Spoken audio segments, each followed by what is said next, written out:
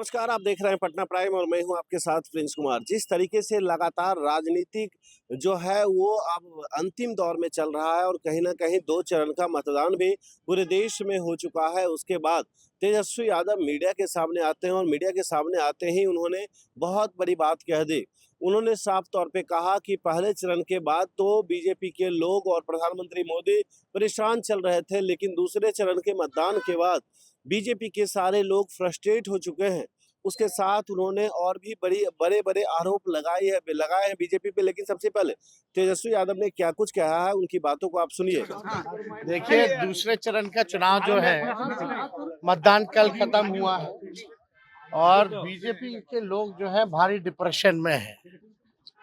देखिए, अब हर कोई देश का हर एक युवा, बुजुर्ग, हमारे जितनी माताएं बहनें, सब लोग, हर जात के लोग, हर वर्ग के लोग अब यही कह रहे हैं कि भाई मोदी जी है तो बेरोजगारी खत्म होना मुश्किल है, मोदी जी है तो नौकरी मिलना मुश्किल है, मोदी जी है तो महंगाई पे काबू करना मुश्किल है, मोदी जी हैं तो गरीबी मिटाना मुश्किल है, मोदी जी हैं तो मुद्दे की बात करना मुश्किल है। तो लोग जो है परेशान हैं।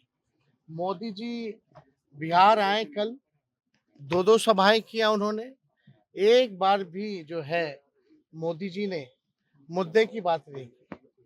बिहार में 40 में से 39 सांसदों ने जिताया। कोई भी उपलब्धि बिहार के बारे में उन्होंने नहीं कहा कि 10 साल की उनकी क्या उपलब्धि है।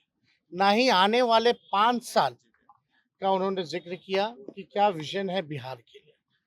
बिहार के लोग तो प्रधानमंत्री से यही सुनना चाहते थे ना कि भाई आपने 10 साल में क्या किया। और फिर ठीक है, आप आए हैं वोट मांगने, तो अगले 5 साल के लिए आप बिहार के लिए क्या करेंगे।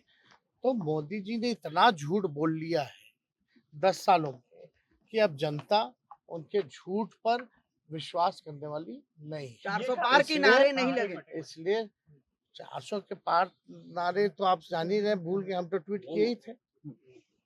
तो सब लोग जान रहे हैं कि भाई दूसरा चरण आते आते ये लोग 400 का जो पार का जो इनका नारा था, ये मोदी जी भूल गए। और हम पहली बार भी बोले थे पहले फेज में कि 400 का जो फिल्म है इनका पहले फेज में ही सुपर फ्लॉप हो गया और दूसरे फेज में तो ये चढ़ा ही नहीं पर्दे पर। तो हम लोग पूरे लोग आश्वस्त हैं कि इस बार देश में इंडिया अलायंस की सरकार बनने जा रही है। अच्छा, मोदी जी ने ट्वीट किया है जिसमें टेलिंग आरक्षण जो है आप लोग काट करके मुसलमानों को दे देंगे, 80 के साथ भी वही होगा। क्या चीज? मोदी जी बोल रहे हैं कि ओबीसी का आरक्षण। मोदी जी तो मंगलसूत्र की बात कर रहे हैं, तो क्या बात कर रहे हो भाई? कभी हुआ है ऐसा? कोई छीना है और छीन करके किसी को दिया है? मोदी जी वही तो मुद्दे की बात नहीं ना कर रहे हैं। ये असल में वही बात पे आ गए ना, जिस बात का हम लोग लगातार बोलते थे। पढ़ाई, दवाई, कमाई, सिंचाई, कार्रवाई, सुनवाई पे नहीं बात करेंगे, शिक्षा चिकित्सा पे बात नहीं करेंगे, ये बेरोजगारी नौकरी पे बात नहीं करेंगे, महंगाई गरीबी पे बात नहीं करेंगे, ये हिंदू मुसलमान मंदिर मस्जिद की बात करेंगे और कुछ नहीं। आपने देखा किस तरीके से तेजस्वी यादव ने साफ-साफ शब्दों में कहते हुए नजर आए कि हालात जैसा भी हो, प्रधानमंत्री मोदी अब जो है पूरी तरह से डिप्रेस हो चुके हैं, फ्रस्ट्रेट हो चुके हैं और भाजपा के सारे नेता भी फ्रस्ट्रेशन का शिकार हो चुके हैं। दूसरी सबसे बड़ी बात उन्होंने ये भी कहा कि जिस तरीके से भाजपा की तरफ से 400 पार के नारे लगाए जा रहे थे, लेकिन आज स्थिति देखिए 400 पार के नारे को भी वो लोग भूल चुके हैं। लेकिन उसके बाद यदि स्थिति को हम देखें तो सबसे बड़ी बात ये दिखाई दे रही है कि तेजस्वी यादव एक और भी बड़ा दावा उन्होंने किया। उन्होंने बोला कि इस बार इंडिया गठबंधन की सरकार केंद्र में भी बनने जा रही है। लेकिन अब देखना होगा देश की जनता कितना विश्वास जता पाती है किन राजनीतिक गठबंधनों के साथ। फिलहाल अभी के लिए इतना ही। बने रहे पटना प्राइम के साथ, आगे का अपडेट मैं बहुत जल्द लेकर आऊंगा। नमस्कार।